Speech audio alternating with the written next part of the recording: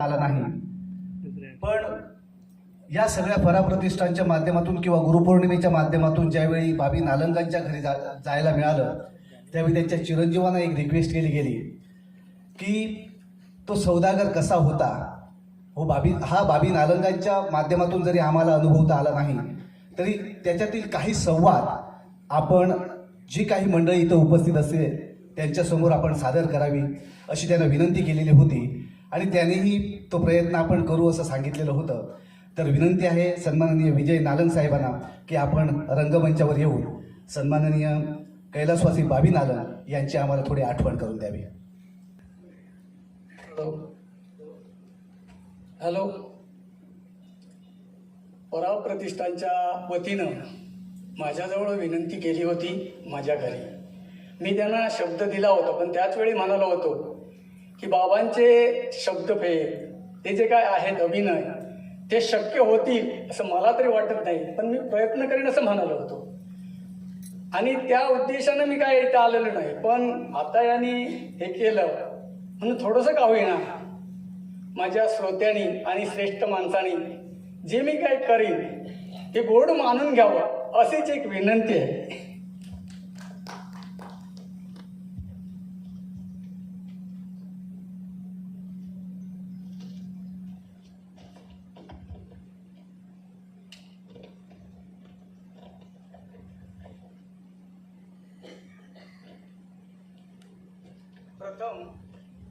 प्रथम मी माझ्या वडिलांना शिवराम जयराम परब उर्फ भाभी नालंग यांना अभिवादन करून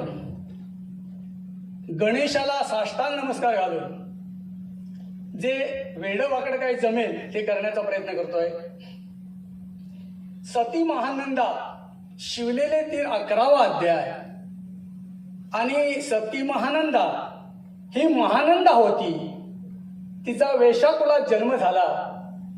नंदीग्रामी ती वास्तव्याला होती आणि असं असताना आपल्या सौंदर्यानं, आपल्या ऐश्वर्यानं, आपल्या संगीतानं तिनं एवढं काही करून ठेवलं की 2 मुखी प्राणी त्यांना बरोबर घेऊन भक्ती मार्गाच्या आचरणातून तिनं फार मोठं एक मोलाचं आपलं पद निर्माण केलं आणि अशी वावरणारी तिच्या समवेत असणारे कुकुट आणि मुरकुट आणि ती स्वतः, पण तिचा एक धर्म होता.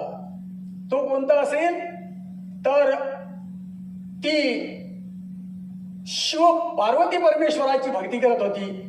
एकनिष्ठतेने भक्ती करीत असताना सोमवार, महाप्रदोष आणि शिवरात्र असे तिचे 3 दिवस हे महत्वाचे होते आणि त्या महत्वाच्या दिवशी कुणीही अतिथी आला असेल तरी त्याची सेवा अनन्य भावे करत होती. 3 दिवस पर्यंत ती व्रतस्थ राहून त्यांची सेवा करत होती आणि हे सर्व चाललेलं असताना नारद मुनीने कैलासी जाऊन शंभू महादेवांना सारं काही कथित केलं आणि त्याच वेळी त्यांच्या मुखातून शब्द निघाले, शंभू महादेव, अहो तुम्ही जगाचे देव. आज नंदीग्रामी वेशाकुळात जन्माला आलेली महानंदा 2 मुक्या प्राण्यांना घेऊन जे काय करते आहे ते मी प्रत्यक्षानं पाहिलं आहे आणि म्हणून इथं येऊन मी तुम्हाला प्रश्न करतोय. ते 2 मुखे प्राणी आणि ती स्वतः. ओम नमः शिवाय, ओम नमः शिवाय, ओम नमः शिवाय या मंत्रात तदात्म झाली आहे. भक्तीचं आचरण करते आहे. अष्टोप्रहर तिच्या मुखात ओम नमः शिवाय शब्द आहे.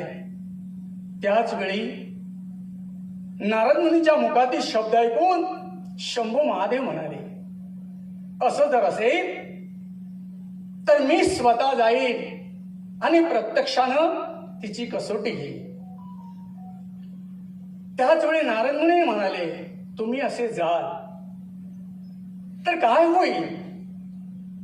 सहजतेनं त्यांच्या मुखातून निघणारे शब्द त्यांनी मागे घेतले आणि म्हणाले, नारदा, अरे तू काय आहेस हे मी तुला ओळखतोय.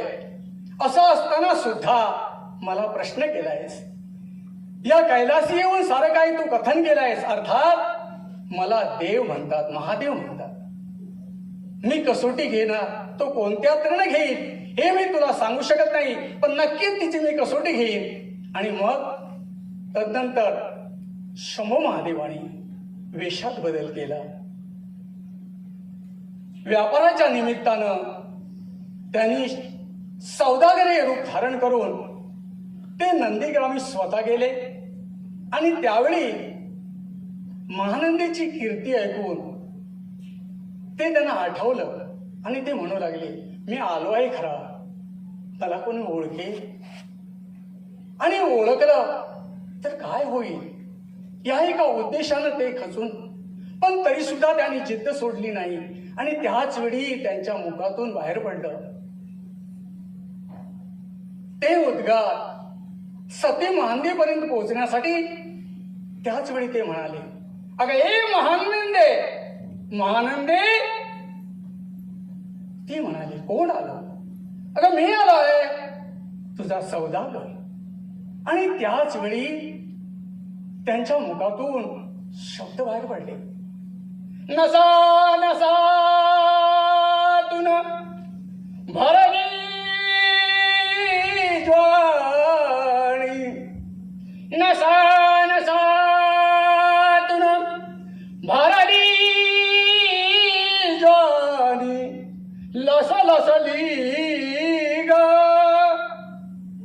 लसलसली ग, फिरली माझी नजर तुझ्यावर, फिरली माझी नजर तुझ्यावर, क्षणभर महिने हालू नको ग, क्षणभर महिने हालू नको ग, क्षणभर महिने हालू नको ग.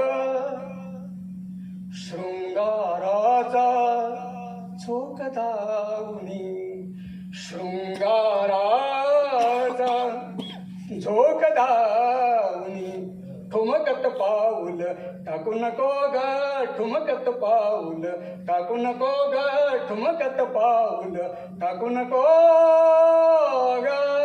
भिडली माझी, भिडली माझी, भिडली माझी नजर तुझ्यावर, क्षणभर महिने हालू नको ग, क्षणभर महिने हालू नको ग, क्षणभर महिने हालू नको ग.